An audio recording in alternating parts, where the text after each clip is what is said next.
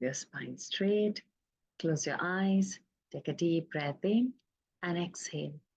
Take a deep breath in and exhale. Take a deep breath in. Hold it there. Om.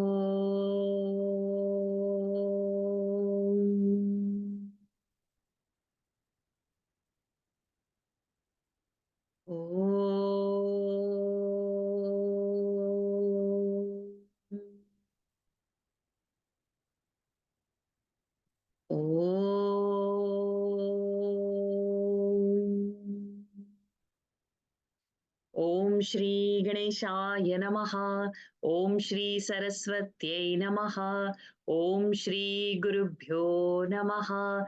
Samasta Jana Kalyane Niratam Karunamayam Namami Chinmayam Devam Sadgurum Brahma Vidvaram Sadgurum Brahma Vidvaram Yo Antah Pravishya Mama Vachamimam Prasuptam Sanjeevayatyakhila Shakti Dharasvadhamna अन्यांश्च हस्तचरणश्रवणत्वगादीन् प्राणान्नमो भगवते पुरुषाय तुभ्यं प्राणान्नमो भगवते पुरुषाय तुभ्यं हरिः ओम् श्रीगुरुभ्यो नमः हरिः ओम् अगजाननपद्मार्कं गजाननमहर्निशम् अनेकदन्तं भक्तानाम् एकदन्तमुपास्महे ॐ श्रीमहागणपतये नमः.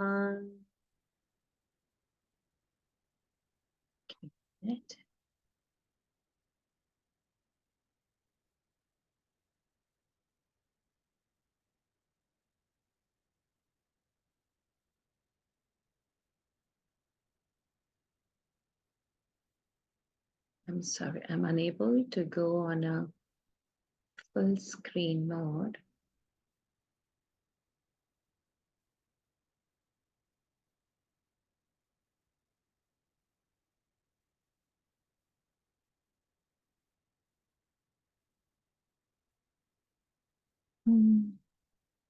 Let me.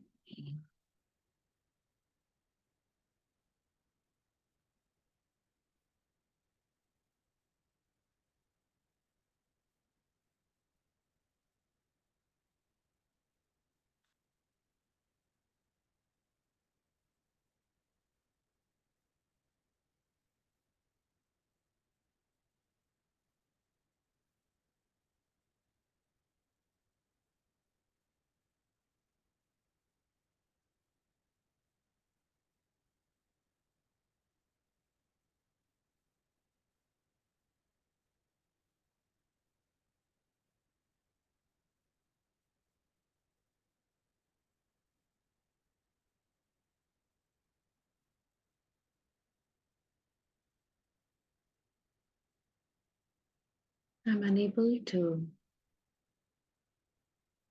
Anyways, see. We can see them, Varsha ji.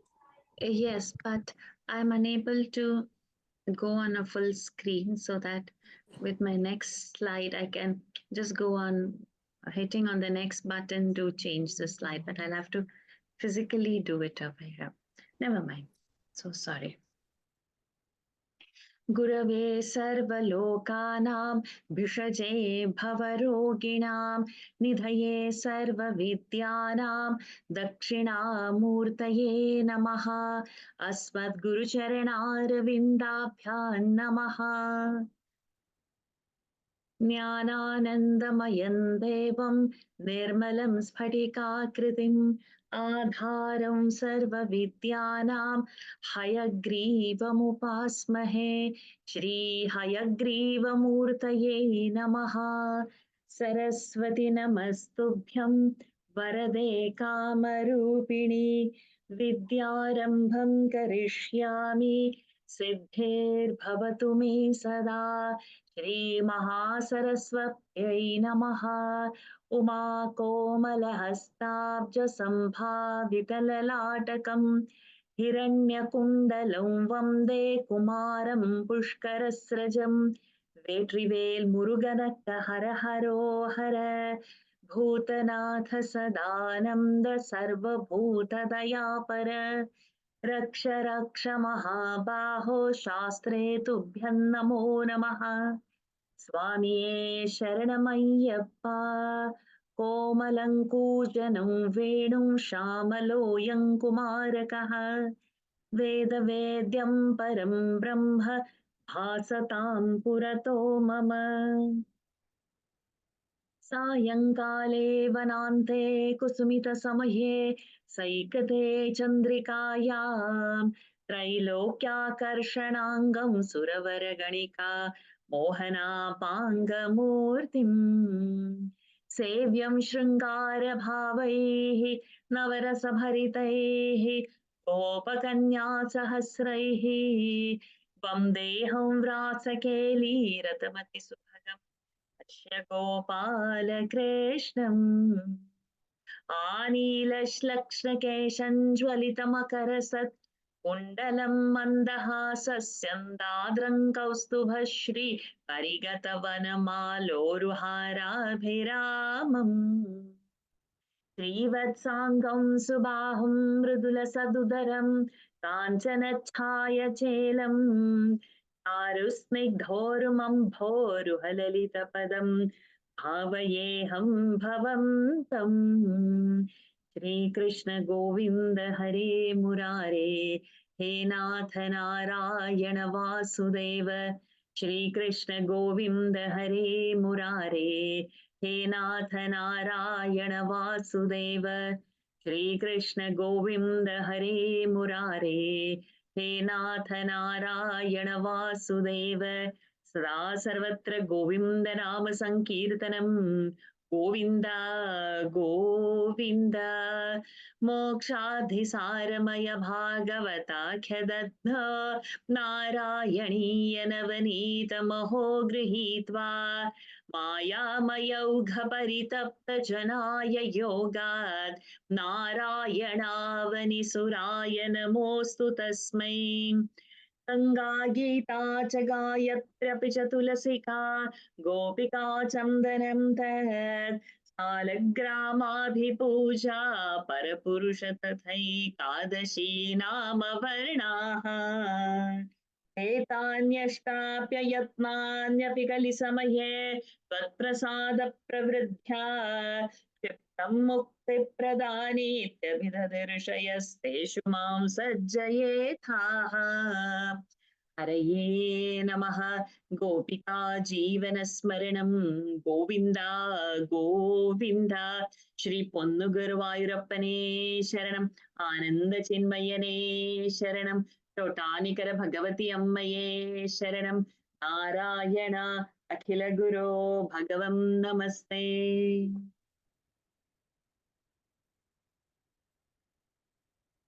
Pranams to the Lord. Pranams to all the Mahatmas in tonight's Narayaneeyam session. We have completed 16 Dasakams. Today we'll straight away start into the 17th one. I had shared, just give me a minute. I had shared the PDF. I hope you all have it with you. Without wasting much time, let's go. We are going to go in the beautiful Charita of Dhruva today. And again, the same meter of 16 Dashakam continues, Vasanta Tilaka. So now we all know how many syllables? Unmute and... 14 in one 14. line, total 56. 14 in one line. And Yati is at? 1, 2, 4, 6. Yati. Yati means where do we break it in the There's line? no pada breaking. In syllables. There is no pada break in this. Okay. And then? Then 1, 2, 4, 8, 11, 13 and 14 are gurus. And the gurus are dirghas, I mean, where samyukta akshara comes, and also at visarga. Perfect. So anybody has any doubt? Not knowing Vasantilaka? All clear, right? Let's start up. Varshaji, is it always there is no pada break or sometimes? You can break. Oh, pada, nrupate. 8 and 6, like that it can go many times. It can go. But it's good not to. If it is complete, then it's good to keep it. Good to keep it like that. Okay.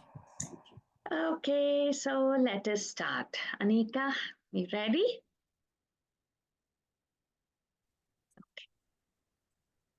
उत्तानपादनृपतेर्मनुनन्दनस्य नृपतेर्मुनिनन्दनस्य Manu. Instead of Muni, say Manu.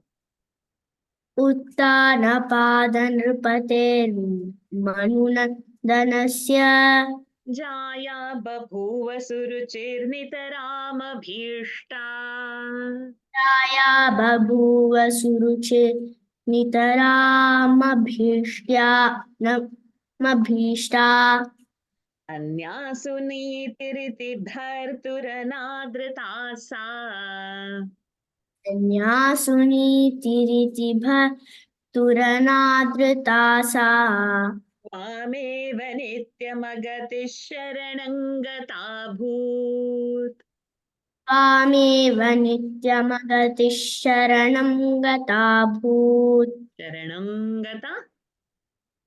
शरणं गता भूत् उत्तानपादनृपतेर्मनुनन्दनस्य जाया बभूव सुरुचिर्नितरामभीष्टा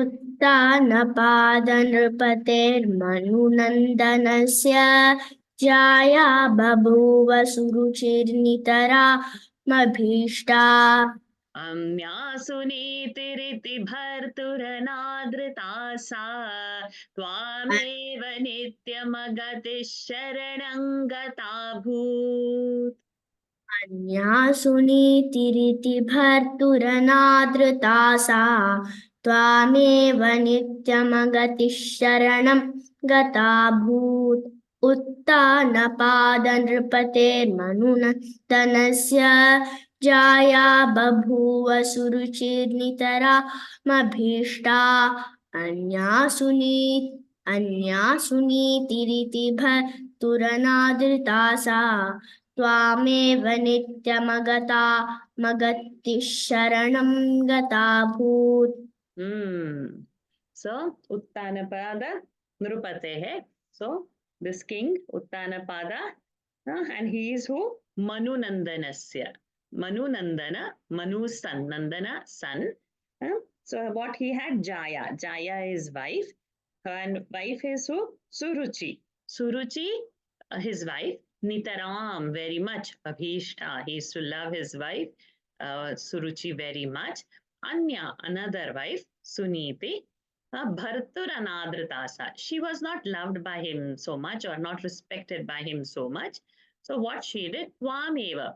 Bhattatiriji is saying to Bhagwanji, Tvameva. In you only, Nityam, Agati Sharanam Gatabhut.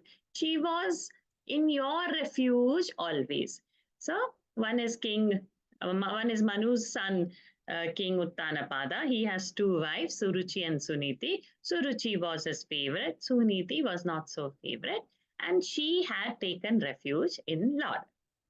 उत्तानपादनृपतेर्मनुनन्दनस्य जाया बभूव सुरुचिर्नितरामभीष्टा अन्यासु नीतिरिति भर्तुरनादृता सा त्वामेव नित्यमगतिः शरणं गता भूत्. Anika, your brothers are there? No. Okay. Any other children? Lakshmi is there? Prahlad is there? Okay. Adults can raise hands.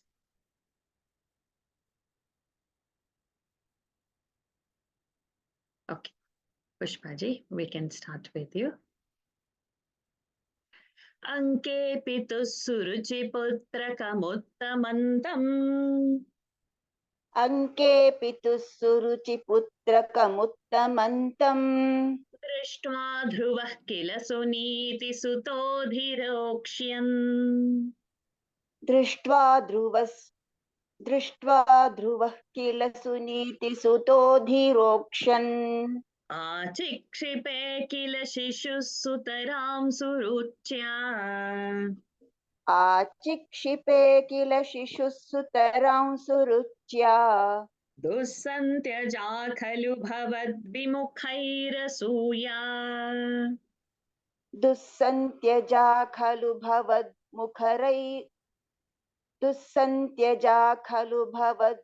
भवद्विमुखैरसूया अङ्के पितुः सुरुचिपुत्रकमुत्तमन्तं दृष्ट्वा ध्रुवः किल सुनीतिसुतोऽधिरोक्ष्यन् अङ्के पितुः सुरुचिपुत्रकमुत्तमन्तं दृष्ट्वा ध्रुवः किल सुनीतिसुतोऽधिरोक्ष्यन् आचिक्षिपे किल शिशुः सुतरां सुरुच्या दुःसन्त्यजा खलु भवद्विमुखैरसूया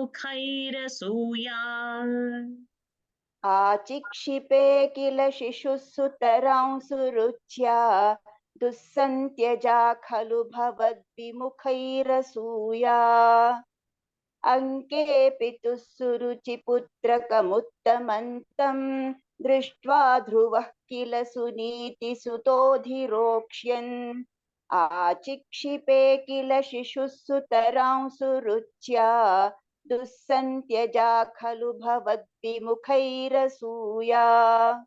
Pituhu anke on the lap. Pituhu father's lap. Suruchi putra, Suruchi's son. Uttama. So Uttama was sitting on Suruchi's son Uttama was sitting on his father's lap. Pituhu anke. Drishtva, seeing that Dhruvaha Suniti Sutaha, Suniti's son Dhruvaha Adhirokshan. He was also then trying to climb up to his father's lap to sit where Uttam was sitting, Suruchi's son. Then Achikshipe. So then when he was going to climb, then this Suruchi, Achikshipe kila Shishu Sutaram. Achikshipe, she scolded Dhruva for getting up to climb to his father's lap because her son, Suruchi's son, is already sitting there. So when Dhruva is trying to climb the lap, Suruchi scolds him. So, dussantyaja khalu. Dussantyaja cannot be given up. Who? Bhavad vimukhaihi. Bhattatari ji is saying to Bhagwan ji, Bhavad vimukhaihi. Those who have vimukha, mukha towards, vimukha not towards. Those who have not turned themselves to the Lord due to what? Asuya, jealousy. They cannot give up that jealousy. So those who are jealous stricken, they cannot turn to Lord. Or those who have not turned to the Lord, they cannot give up the jealousy. Anke pitu suruchi putra kamuttamantam drishtva dhruva kila suniti sutodhirokshan achikshipe kila shishussut आचिक्षिपे किल शिशुः सुतरां सुरुच्या दुःसन्त्यजा खलु विमुखैरसूया Lata ji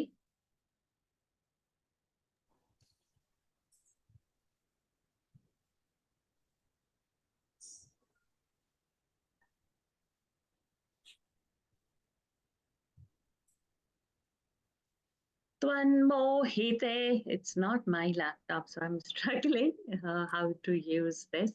Again, borrowed from people who are here. So sorry, I'm taking time today to get acquainted. Let's Twanmohite pitari pashyati daravashye. त्वन्मोहिते पितरि पश्यति दारवश्ये दूरन्दुरुक्ति निहतः स गतो निजाम्बा दूरं दुरुक्तिनिहतः स गतो निजाम्बाम् सापि स्वकर्म गति सन्तरणाय पुंसाम् सापि स्वकर्मगतिसन्तरणाय पुंसाम् त्वत्पादमेव शरणौ शिशवे शशंस त्वत्पादमेव शरणं शिशवे शंस त्वन्मोहिते पितरि पश्यति दारवश्ये दूरं दुरुक्तिनिहतः स गतो निजाम्बाम् त्वन्मोहिते पितरि पश्यति दारवश्ये दूरं दुरुक्तिनिहतः स गतो निजाम्बाम् सापि स्वकर्मगतिसन्तरणाय पुंसां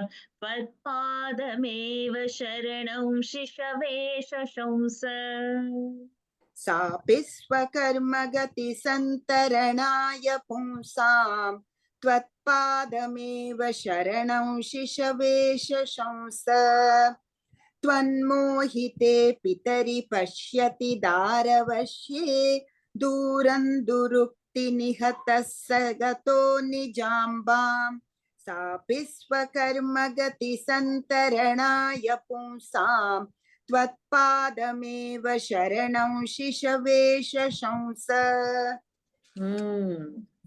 So Daravashya, Dara is wife, and Vashya, one who is controlled by the wife. We have in English this phrase, henpecked husbands.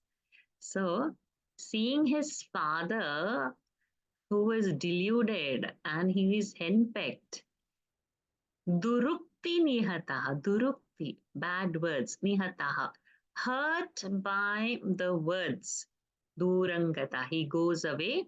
And where he goes? Nijambam, he goes to his mother, who? Dhruva, because he was durukti nihataha.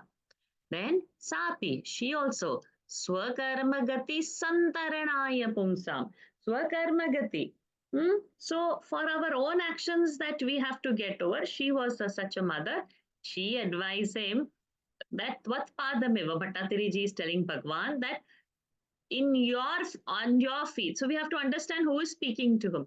So Bhattatiri is saying, Tvatpadameva, she advised, Shishave Shashamsa, to the child, she advised, Tvatpadameva Sharanam, he should take refuge at your feet alone. Mother advises son.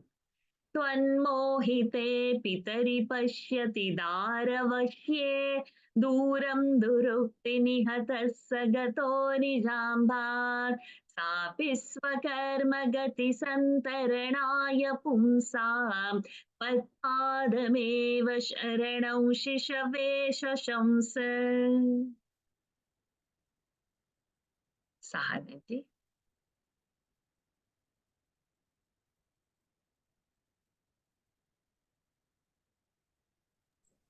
आकर्ण्यसोऽपि भवदर्चननिश्चितात्मा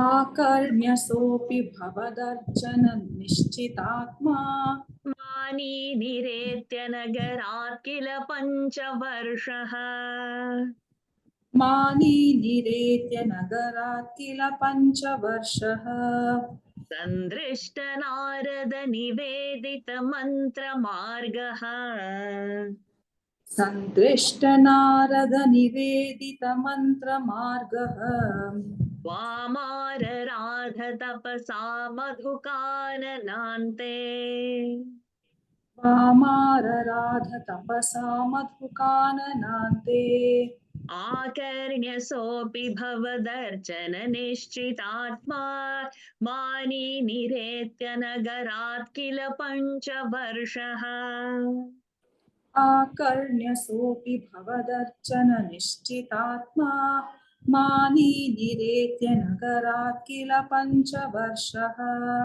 सन्दृष्टनारदनिवेदितमन्त्रमार्गस्त्वामारराध तपसा मधुकाननान्ते. You can stop margaha, you can stop, or you can do margas and continue. सन्दृष्टनारदनिवेदितमन्त्रमार्गस्त्वामारराध तपसा मधुकाननान्ते आकर्ण्यसोऽपि भवदर्चननिश्चितात्मा मानी निरेत्य नगरात् किल पञ्चवर्षः सन्दृष्टनारद निवेदित मन्त्रमार्गस्त्वामारराध तपसा मधुकाननान्ते Akarnya, our Lyabantavya, having heard having heard from his mother, what she has advised, Bhavadarchana, Bhattatiri is saying to the Lord, your Archana to do, Nishchitatma. So he resolved that he should take refuge in the God. And how he was? Mani. He was self-respected. So then he, Niretya Nagarat Kila Panchavarshaha. He leaves his town and he was just 5 years old at that time. And then when he taking her blessings, he has gone listening to her words that he should take refuge in the Lord. He is going. Then what happens? Sandrishta Narada. Narada Nivedita Mantramarga. Naradji appears on his way and he guides him how to, what he should do, and he gave him Mantropadesha. So over here in Bhagavad Mahapuran, we have the mantra. So Naradji over here has given the mantra Om Namo Bhagavate Vasudevaya. The mantra was given to him. And he was supposed to do mantra on this. So after this, we finish 10 the 10 mantras of this Dasakam. We have to chant 3 times Om Namo Bhagavate Vasudevaya. So you write over here, but at the end of the Dashakam, also you write Om Namo Bhagavate Vasudevaya and put into 3, like that mark in the book and keep. So there we have to chant. Naradji has guided him over here that he should be chanting so. And then Twamara Radha. So to worship, he has now, he has been initiated into the mantra diksha, and with the tapasa, he has gone in the Madhukanana, in the forest, in the Madhukanana name for Madhuvana, he has gone. Who? Dhruva has gone. आकर्ण्यसोऽपि भवदर्चन निश्चितात्मा मानी निरेत्य नगरात् किल पञ्चवर्षः सन्दृष्ट नारद निवेदित मन्त्रमार्गस्त्वामारराध तपसा मधुकाननान्ते. Padmavati. तावत्तपोबलनिरुच्छ्वसिते दिगन्ते. No, sorry. One more is there before this. ताते विषण्ण हृदये नगरीङ्गतेन. ताते विषण्ण हृदय. Me only, no? Sorry? No, I was wondering if it was me or someone else. Okay. No, it's you. ताते विषण्ण हृदये नगरीङ्गतेन श्रीनारदेन परिसान्त्वितचित्तवृत्तौ. श्रीनारदेन परिसान्त्वितचित्तवृत्तौ बालस्त्वदर्पितमनः क्रमवर्धितेन. बालस्त्वदर्पितमनः क्रमवर्धितेन निन्ये कठोरतपसा किल पञ्चमासान्. निन्ये कठोरतपसा किल पञ्चमासान् ताते विषण्ण हृदये नगरीङ्गतेन श्रीनारदेन परिसान्त्वितचित्तवृत्तौ. ताते विषण्ण हृदये नगरीङ्गतेन श्रीनारदेन परिसान्त्वितचित्तवृत्तौ बालस्त्वदर्पितमनः क्रमवर्धितेन निन्ये कठोरतपसा किल पञ्चमासान्. बालस्त्वदर्पितमनः क्रमवर्धितेन निन्ये कठोरतपसा किल पञ्चमासान् ताते विषण्ण हृदये नगरीङ्गतेन श्रीनारदेन परिसान्त्वितचित्तवृत्तौ बालस्त्वदर्पितमनः क्रमवर्धितेन निन्ये कठोर तपसा किल पंचमासान. So Tate Vishanna Hridaye, when his father was very sad seeing his son gone, that time Narad ji had gone to that town, Nagarim Gatena Naradena. In that town, when Narada has gone, by Narada, he was Parisantvita Chitta Vritta. His mind was calmed and he was consoled by Naradji. The Nagarim Gatena Naradena, the third case by Naradji, who was Nagarim. In that town he had gone, Parisampita Chitta Vritta, who his fathers. Then Balaha Tvadarpita Manaha. This Bala, this Dhruva Bala, what is Arpita Manaha, by his mind completely given to the Lord, Kramavardhitena, by increasing gradually the intensity of his tapas. Ninniye, he stood there, kathora tapasa, with his by his very severe penance for Panchamasan, for 5 months.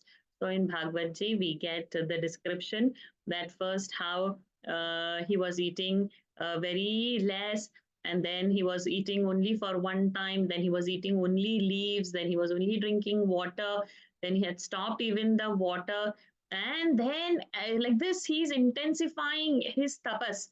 But then he's 5 years old, right? So first eating very less was a big thing, then eating only leaves, then only water, then water is also given up, and he's drinking only, he's only on the air, and he is so focused deep inside, he doesn't have anything of outside, and the whole vayu he has control. That will come in the next verse, that whole vayu he controlled, and the entire srishti is getting stopped. The whole vayu sanchar in the outside also is getting stopped. That much is intensity was increasing one by one by one. Then Lord had to appear, and means still he's not coming out until Lord could touch his conch on his cheek to bring him out. And then the Lord gives him darshan. So this in the next verses we are going to see. But over here, this in Narayaneeyam, only this much is described, Kramavardhitena, third line, last word. So how that step by step he increased his penance, that one must see in Bhagavad Ji. So beautifully it has been described. But over here, of course, this is Narayaneeyam, and say 18,000 verses have been concised into 1,000. So we will get the gist of all of it, but we should know like how small Dhruva Bala has done his penance. He's done a very kathora tapasa for the Lord to appear before he forced the Lord to come, because none could function in the world. That we'll see in the next verse. Tate Vishanna Hridaye Nagaringgatena Srinaradena Parisantrita Chitta Vrittau Balastvadarpita Manahkramavardhitena Ninye Kathora Tapasa Kila Panchamasan. Sajeev ji.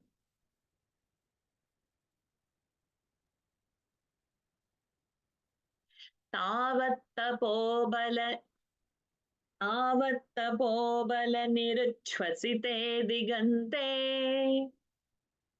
तावत्तपोबलनिरुच्छ्वसिते दिगन्ते देवार्थितस्त्वमुदयत्करुणार्द्रचित्तेताः देवार्थितस्त्वमुदयत्करुणार्द्रचेताः त्वद्रूपचिद्रसनिलीनमतेः पुरस्तात् त्वद्रूपचिद्रसनिलीनमतेः पुरस्तात् आविर्बभूविथ विभो गरुडाधिरूढः आविर्बभूविथ विभो आविर्बभूवविथो आविर्बभूविथ विभो आविर्बभूविथ विभो गरुडाधिरूढः तावत्तपोबलनिरुच्छ्वसिते दिगन्ते देवार्थितस्त्वमुदयत् करुणार्द्रचेताः तावत्तपोबलनिरुच्छ्वसिते दिगन्ते देवार्थितस्त्वमुदयत् करुणार्द्रचेताः त्वद्रूपचिद्रसनिलीनमतेः पुरस्ताद् आविर्बभूविथ विभो गरुडाधिरूढः पुरस्तादाविर् if you can hold breath and go yes but we can purastat avirbabhuvita we can break it also त्वद्रूपचिद्रसनिलीनमतेः पुरस्तादाविर्बभूविथ विभो गरुडाधिरूढः avir ba is alpa prana bha is mahaprana you can do the whole thing त्वद्रूपचिद्रसनिलीनमतेः पुरस्तादाविर्बभूविथ विभो गरुडाधिरूढः whole one तावत्तपोबलनिरुच्छ्वसिते दिगन्ते देवार्थितस्त्वमुदयत् करुणार्द्रचेताः त्वद्रूपचिद्रसनिलीमतेः सनिलीनमतेः पुरस्तादाविर्बभूविथ विभो गरुडाधिरूढः. So here it comes. Tavat, till then the tapobala, with his tapobala, niruchvasite digante, everybody was suffocated because he held the breath also eventually. One by one things, his Karamavardhitena tapas is going on and finally it was on the breath and he held the breath and nobody in the universe could move or breathe. Then they prayed to the Lord. Then Lord, he had no other choice but he came to give darshan. How? It means Avir Babhuvitha means he appeared in how? Garudadhirudaha. So God comes on Garuda to give darshan to Dhruva. तावत्तपोबलनिरुच्छ्वसिते दिगन्ते देवार्थितस्त्वमुदयत् करुणार्द्रचेताः त्वद्रूपचिद्रसनिलीनमतेः पुरस्ताद् आविर्बभूविथ विभो गरुडाधिरूढः गरुडाधिरूढः ड धी ढ these things should come nice.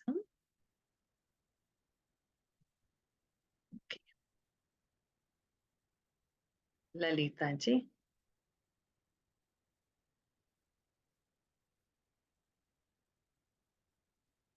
त्वद्दर्शन प्रमद भारतरङ्गितं तम् त्वद्दर्शन प्रमद भारतरङ्गितं दृग्भ्यां निमग्नमिव रूपरसायने ते दृग्भ्यां निमग्नमिव रूपरसायने ते तुष्टूषमाणमवगम्य कपोलदेशे तुष्टूषमाणमवगम्य कपोलदेशे संस्पृष्टवानसिदरेण तथादरेण संस्पृष्टवानसिदरेण तथादरेण त्वद्दर्शन प्रमद भारतरङ्गितं तं दृग्भ्यां निमग्नमिव रूपरसायने ते त्वद्दर्शन प्रमद भारतरङ्गितं तं दृग्भ्यां निमग्नमिव रूपरसायने ते तुष्टूषमाणमवगम्य कपोलदेशे संस्पृष्टवानसिदरेण तथादरेण तुष्टूषमाणमवगम्य कपोलदेशे संस्पृष्टवानसिदरेण तथादरेण त्वद्दर्शन प्रमद भारतरङ्गितं तं दृग्भ्यां निमग्नमिव रूपरसायने ते तुष्टूषमाणमवगम्य कपोलदेशे संस्पृष्टवानसिदरेण तथादरेण.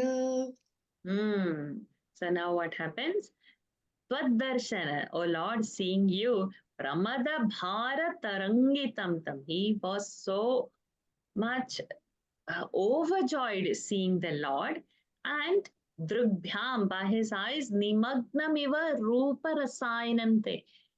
His eyes had soaked Lord's darshana, and they were all soaked with Lord. He had no words that were coming out. He was in ecstasy. He was in bliss. And Tushtushamana, he wanted to praise God, seeing that beautiful Lord in front of him, seeing the darshan which he wanted, seeing that Lord is there. He wanted to praise the Lord, say some stuti for him, but no words are coming out.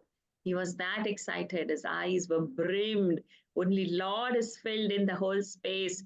And then Lord saw that he's unable to see. Then Kapola Deshe on the cheek, Samsprishtavan, he touched with what? Darena, by the conch, Tatha Darena, with respect and love. Tvadarshana Pramada Bharatarangitantam दृग्धान्निमग्नमिव रूपरसायनेते तुष्टुषमाणमवगम्य कपोलदेशे संस्पृष्टवानसिदरेण तथा दरेण.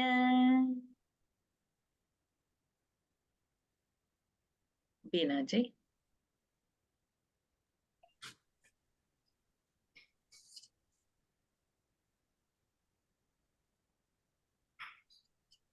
तावद्विबोधविमलं प्रणुवन्तमेनं तावद्विबोधविमलं प्रणुवन्तमेनम्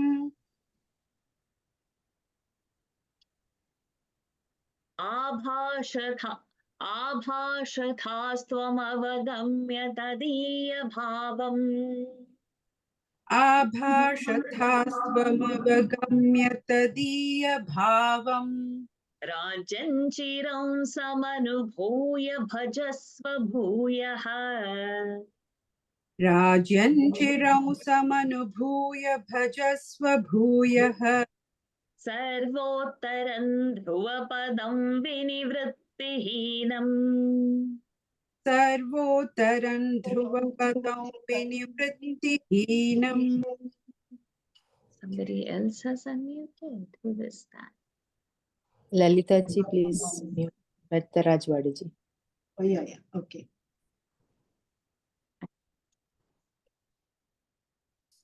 तावद्विबोधविमलं प्रणुवन्तमेनम् आभाषथास्त्वमवगम्य तदीयभावम्.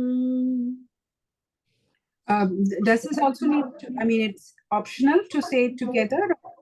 Yeah, it's optional. Okay. तावद्विबोधविमलं प्रणुवन्तमेनम् आभाषथास्त्वमवगम्य तदीयभावम् राज्यं चिरं समनुभूय भजस्व भूयः सर्वोत्तरं ध्रुवपदं विनिवृत्तिहीनम्. राज्यं चिरं समनुभूय भजस्व भूयः सर्वोत्तरं ध्रुवपदं विनिवृत्तिहीनम्.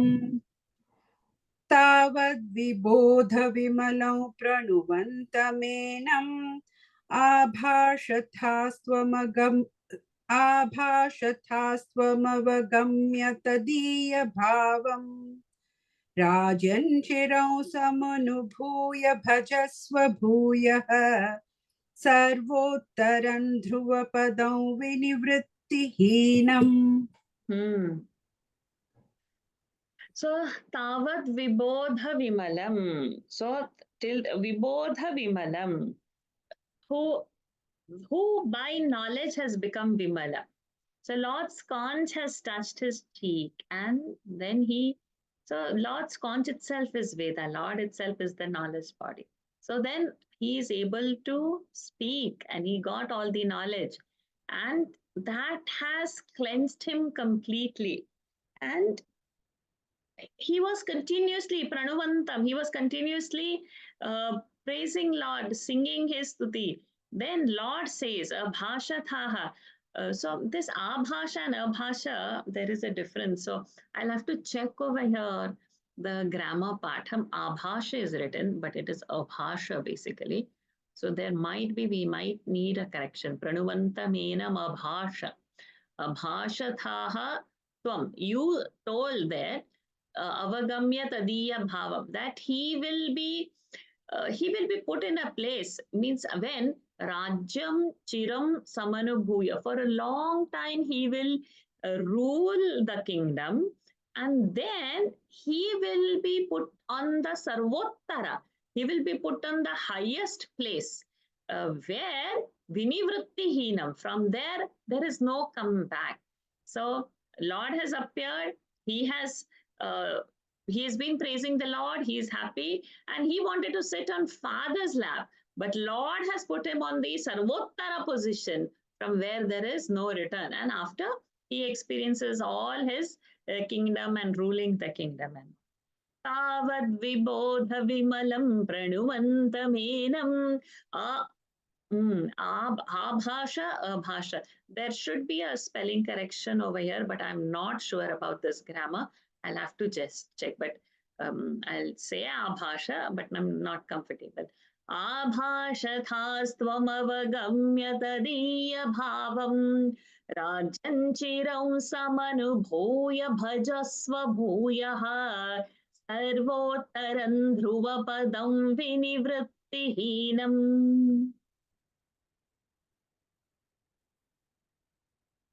Lakshmi ji, Lakshmi Venkati ji.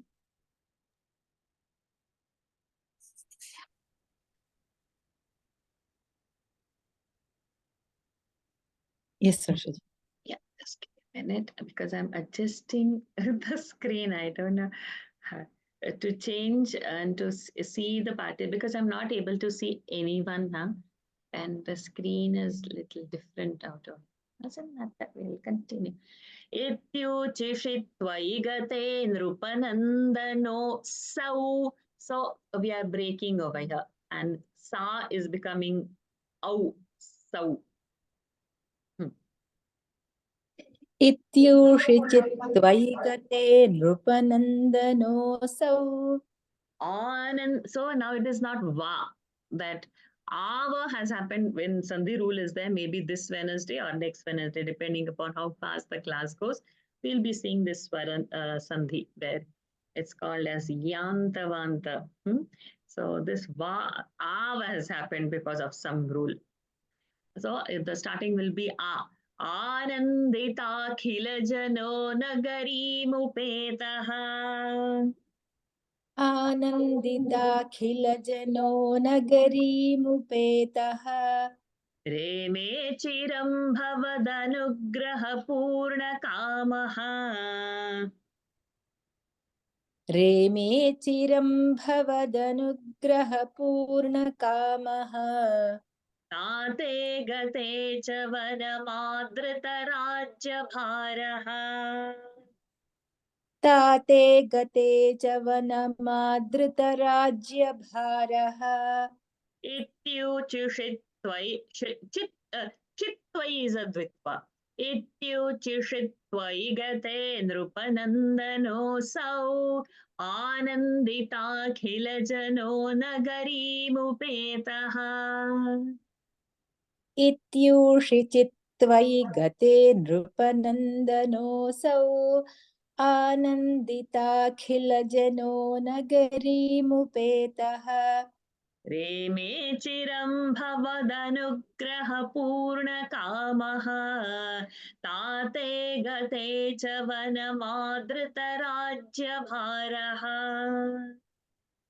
रेमे चिरं भवदनुग्रहपूर्णकामः ताते गते च वनमादृतराज्यभारः इत्यूषिचित्त्वयि गते नृपनन्दनोऽसौ आनन्दिताखिलजनो नगरीमुपेतः रेमे चिरं भवदनुग्रहपूर्णकामः ताते गते च वनमादृतराज्यभारः Iti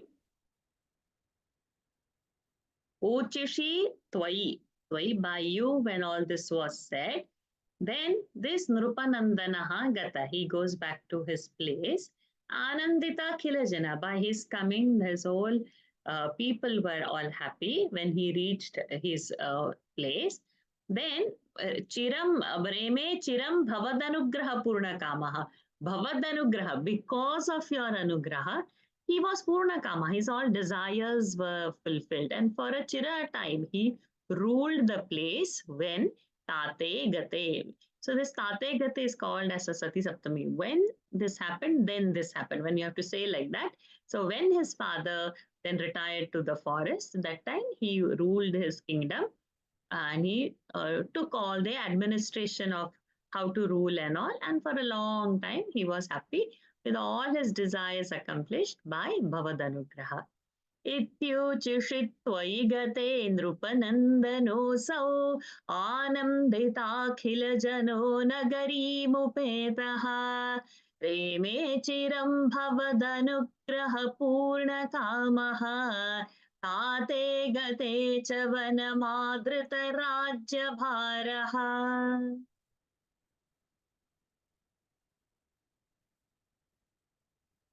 लताजी. यक्षेण देव निहते पुनरुत्तमेऽस्मिन्.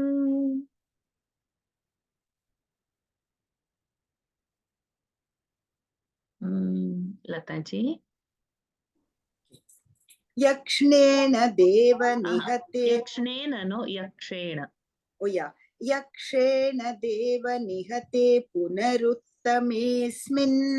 यक्षैः स युद्धनिरतो विरतो मनुक्त्या. Yakshai sayuddha nirato virato manuktya. शान्त्या प्रसन्न हृदयाद्धनदादुपेतात्. So ending. After. Shantya prasanna hridaya dhanadadupetat. त्वद्भक्तिमेव सुदृढामवृणोन्महात्मा. Twadbhaktimeva sudridha. Is it dridha or dridha? सुदृढामवृणोन्महात्मा. Twadbhaktimeva sudridhamavrinonmahatma. यक्षेण देव निहते पुनरुत्तमेऽस्मिन् यक्षैः स युद्धनिरतो विरतो मनुक्त्या. Yakshena deva nihate punarukttamesmin yakshai sayuddha nirato virato manuktya. शान्त्या प्रसन्न हृदयाद्धनदादुपेतात् त्वद्भक्तिमेव सुदृढामवृणोन्महात्मा. Shantya prasanna hridaya dhanadadupetat twadbhaktimeva sudridhamavrinonmahatma. Yakshena deva nihate punaruttamesmin yakshai sayuddha nirato virato manuktya. Shantya prasanna hridaya dhanadadupetat twadbhaktimeva sudridhamavrinonmahatma. Yakshena, by Yaksha, Nihate Punaruttamisme. So, Uttama, his stepbrother, he was killed by the Yaksha. So, Yakshehi Saha Yuddhanirataha. So, he was then, Dhruva was then fighting against all the Yakshas very fiercely. Then Manukya, Manuji said that he should not be fighting. So, he Yuddhanirataha, he withdrew, Virataha, he stopped the Yuddha. Then Shantya Prasanna Hrudaya Dhanadadupetat. So Yaksha's king is Kubera. Kubera, having seen Dhruva's withdrawal, forgiving the Yakshas, he was very happy and he wanted to offer everything to Dhruva. But what Dhruva says, Tvad Bhakti Meva Sudhrudam Avrunon Mahatman. but he had asked that he needs only Sudhrudam Bhakti in Tvad Bhakti.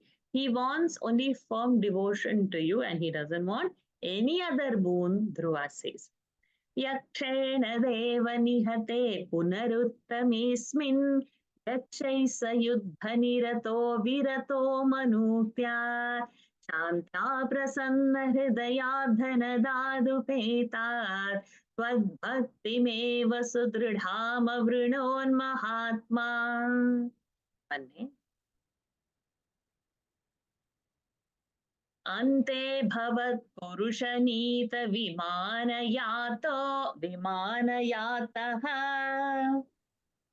अन्ते भवत्पुरुषनीत विमानयातः मात्रा समन् ध्रुवपदे मुदितो यमास्ते. मात्रा समन् ध्रुवपदे मुदितो यमास्ते. एवं सभृत्य जनपालनलोलिधीस्त्वम्. लोल या lolly? Lol. Did I say loli? Sorry. Yeah. एवं स्वभृत्य जनपालनलोलधीस्त्वम्. एवं स्वभृत्य जनपालनलोलधीस्त्वम्. वातालयाधिपनिरुन्धि ममामयौघान्. वातालयाधिपनिरुन्धि ममामयौघान्. अन्ते भवत्पुरुषनीत विमानयातः मात्रा समन् ध्रुवपदे मुदितो यमास्ते. अन्ते भवत्पुरुषनीत विमानयातः मात्रा समन् ध्रुवपदे मुदितो यमास्ते. एवं स्वभृत्य जनपालनलोलधीस्त्वम् वातालयाधिपनिरुन्धि ममामयौघान्. एवं स्वभृत्य जनपालनलोलधीस्त्वम् वातालयाधिपनिरुन्धि ममापयौघान्. So after this, when you chant the full, after that 3 times you have to chant Om Namo Bhagavate Vasudevaya. Okay. Do the whole verse. अन्ते भवत्पुरुषनीत विमानयातः मात्रा समन् ध्रुवपदे मुदितो यमास्ते. एवं स्वभृत्य जनपालनलोलधीस्त्वम् वातालयाधिपनिरुन्धि ममापयौघान्. ॐ नमो भगवते वासुदेवाय. ॐ नमो भगवते वासुदेवाय. ॐ नमो भगवते वासुदेवाय. सदा. Now that we'll say it in there. So now what happens? Ante. Then towards then, what happens? Bhavat Purushanita. Bhagwan's attendants, Sunanda and Nanda were the attendants who came in Vimana, and Matrasamam with his mother took Dhruva also. Where? Dhruvapade, in that permanent boat, Sarvottaram, in that highest place which Dhruva got. And then he was happily over there, Mudita Yamaste. And evam, in this way, Sarva Bhritya Janapalana Loladhihi Tvam. You are the one who is all compassionate one, protecting everybody. For you, O Vatalaya O Guruvayurishwara, Tirundhi Mama Amaya Ughan. Remove all these diseases that I have. Sada sarvatra Govinda Nama Sankirtanam Govinda Govinda Narayana Akhila Guru Bhagavan Namaste. In this way, we have completed this. We have some time. If you wish, we will do 16 and 17 Parayanam right away. But let me chant this last. Ante bhavat purushanita vimanayataha matra samandhruvapade mudito yamaste. Evam swabhritya janapalanaloladhistvam vatalayadhipanirumdhi mamamayaughān. Om Namo Bhagavate Vasudevaya. Om Namo Bhagavate Vasudevaya. Om Namo Bhagavate Vasudevaya. So in this way, with his base, we have completed this most beautiful Charitra of Dhruva, which is so very inspiring, which inspires us that how we should remain steadfast in our sadhana. If a 5-year-old boy can do, then why not we? He got darshan with his tapas, so may we also realize that highest truth with our tapas, and may Dhruva Bala, Dhruva Maharaji, show us that path, that how we have to stay steadfast. Okay, we have time. We'll do Parayana of both 16th and 17th. Those who want to volunteer, please volunteer. Raise your hands quickly. Seeing the number of hands, I'll allocate the verses. We have 21 verses to chant.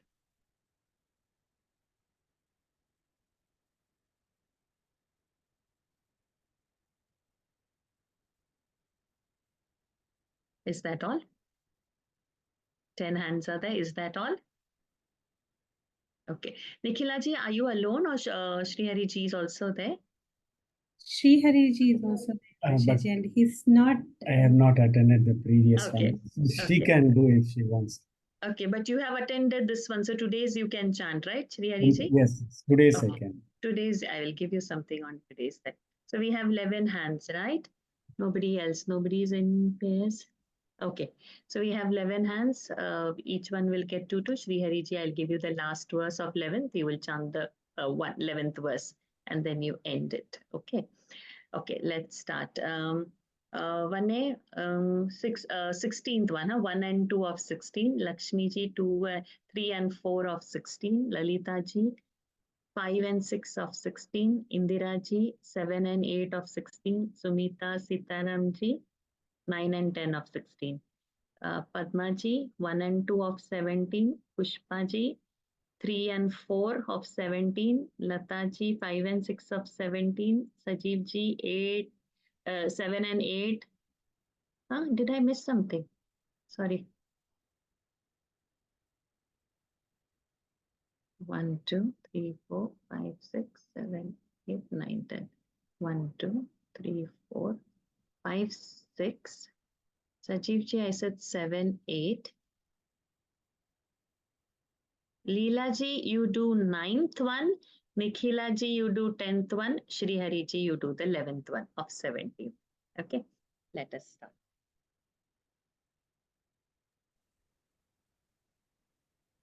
Dasakam 16. 16. दक्षो विरिञ्चतनयोधमनोस्तनूजां लब्ध्वा प्रसूतिमिह षोडश चापकन्याः धर्मे त्रयोदश ददौ पितृषु स्वधाञ्च स्वाहां हविर्भुजि सतीं गिरिशे त्वदंशे मूर्तिर्हि धर्मगृहिणी सुषुवे भवन्तं नारायणं नरसखं महितानुभावम् यज्जन्मनि प्रमुदिताः कृततूर्यघोषाः पुष्पोत्करान् प्रववृषुर्नुनुः सुरौघाः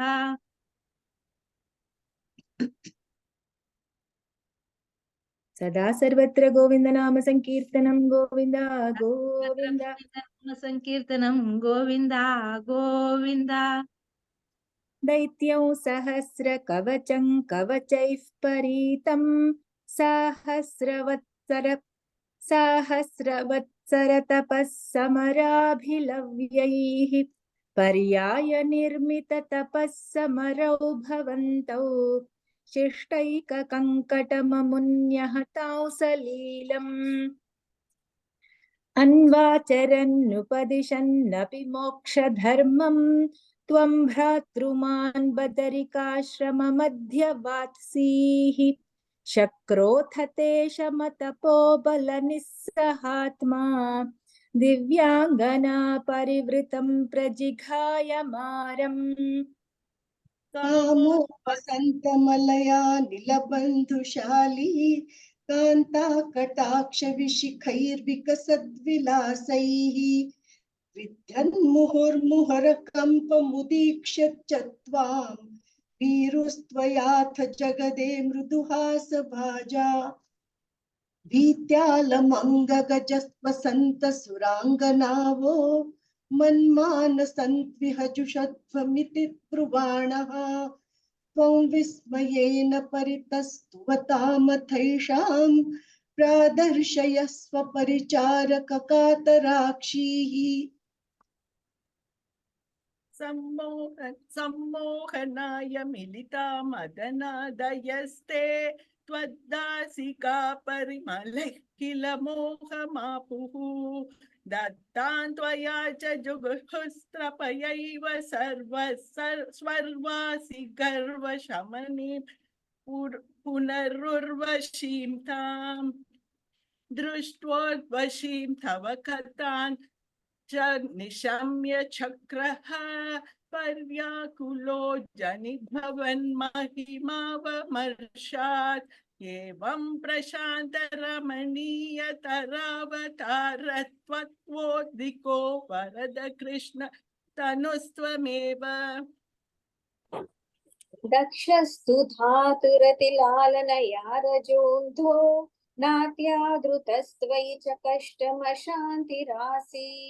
येन व्यरुन्धस भवत्मुनिनुमेव शर्वं यज्ञे च वैरपि स्वसुतां व्यमानीत् क्रुद्धेशमर्दितमखः स तु कृत्तशीर्षो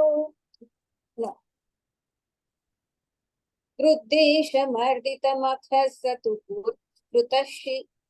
कृतशीर्षो देव प्रसादितारा रथलब्धजीवः त्वत्पूरितक्रतुवरः पुनरापशान्तिं सत्वं प्रशान्तिकर पाहि मुरुत्पुरेश सदा सर्वत्र गोविन्द नाम संकीर्तनं गोविन्द गोविन्द उत्तानपादनृपतेर्मनुनन्दनस्य जाया बभूव सुरुचिर्नितरामभीष्टा अन्यासु नीतिरिति भर्तुरनादृता सा त्वामेव नित्यमगतिः शरणं गताभूत् अंके पितुः सुरुचिपुत्रकमुत्तमन्तं दृष्ट्वा ध्रुवः किल सुनीतिसुतोऽधिरोक्ष्यन् आचिक्षिपे किल शिशुः सुतरां सुरुच्या दुःसन्त्यजा खलु भवद्विमुखैरसूया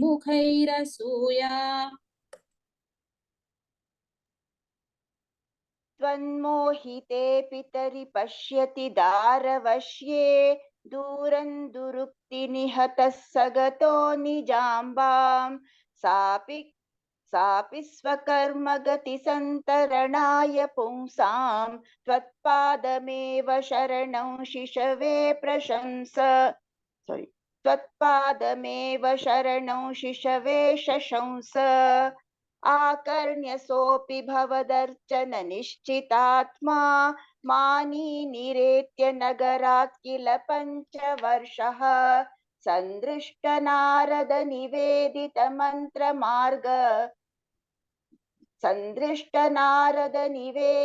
मंत्रमार्गस्त्वामारराध तपसा मधुकाननान्ते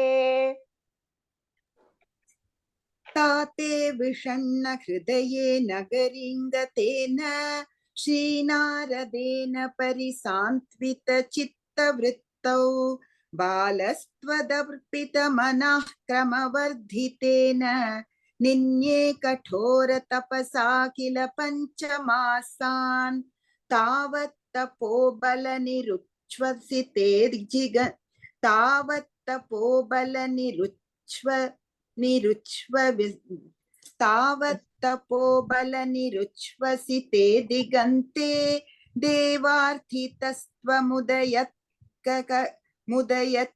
करुणार्द्रचेताः त्वद्रूपछिद्रसनिलीनमतेः पुरस्तात् आविर्बभूविथ विभो गरुडाधिरूढः. So the last two lines again. Sorry. Tvadrupa. Tvadrupa-chidra-sanilīnamatev purastat आविर्बभूविथ विभो गरुडाधिरूढः.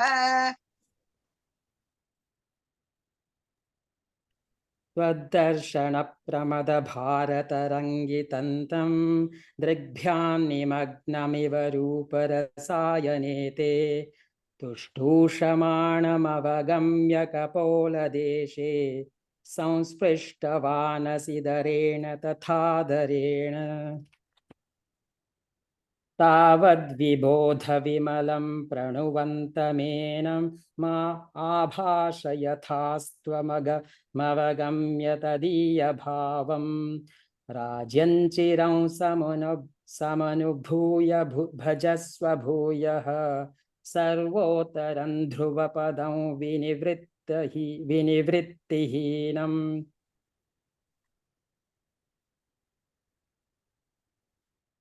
Unmute Leelaji.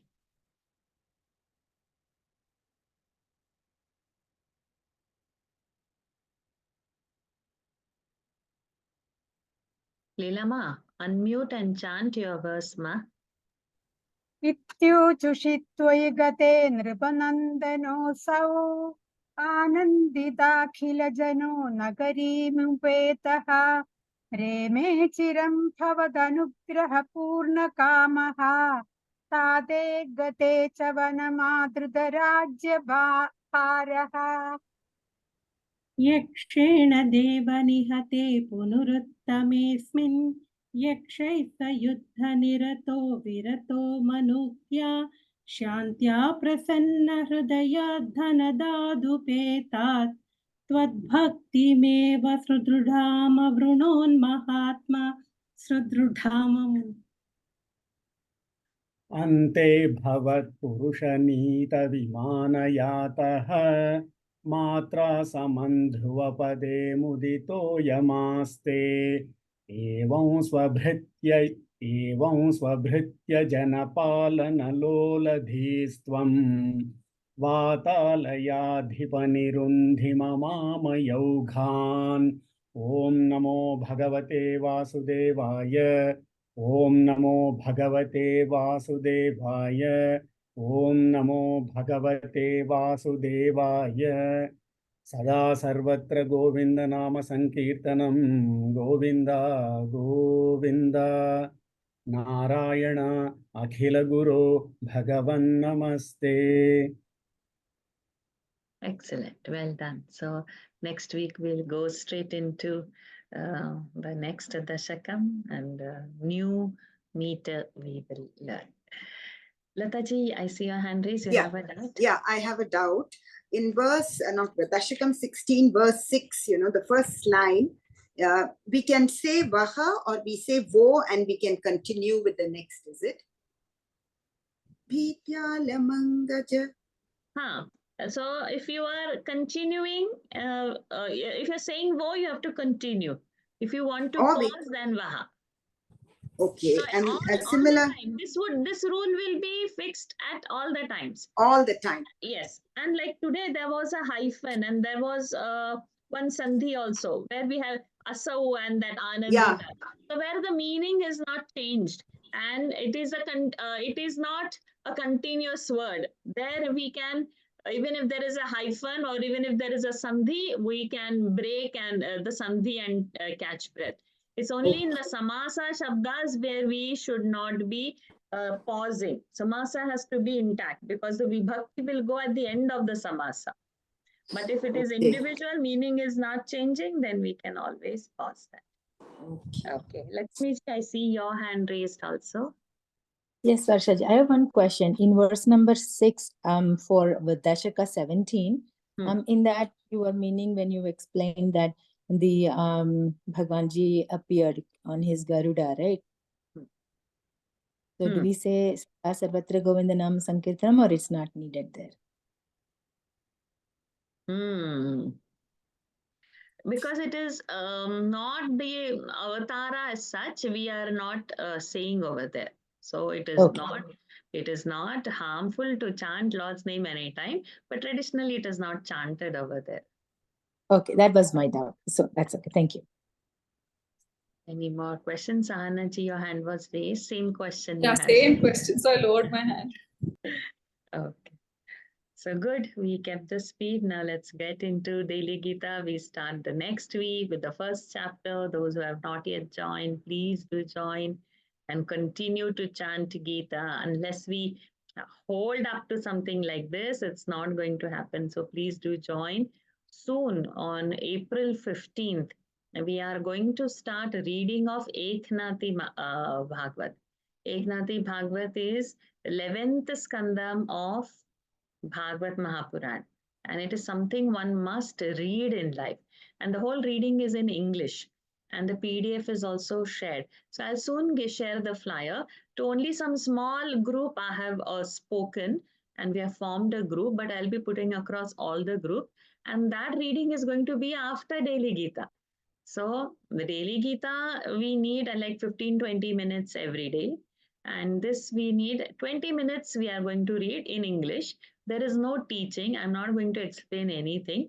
And we all are going to take chances and read our designated pages or a number of minutes that we have not decided. First, we'll get the class going and everybody is going to read and everybody is going. So it's a study together kind of a thing. And if we have any opinions to share, we will keep 10 minutes later if at all. But reading will be 20 minutes and an opinion should be for 10 minutes if at all it is needed.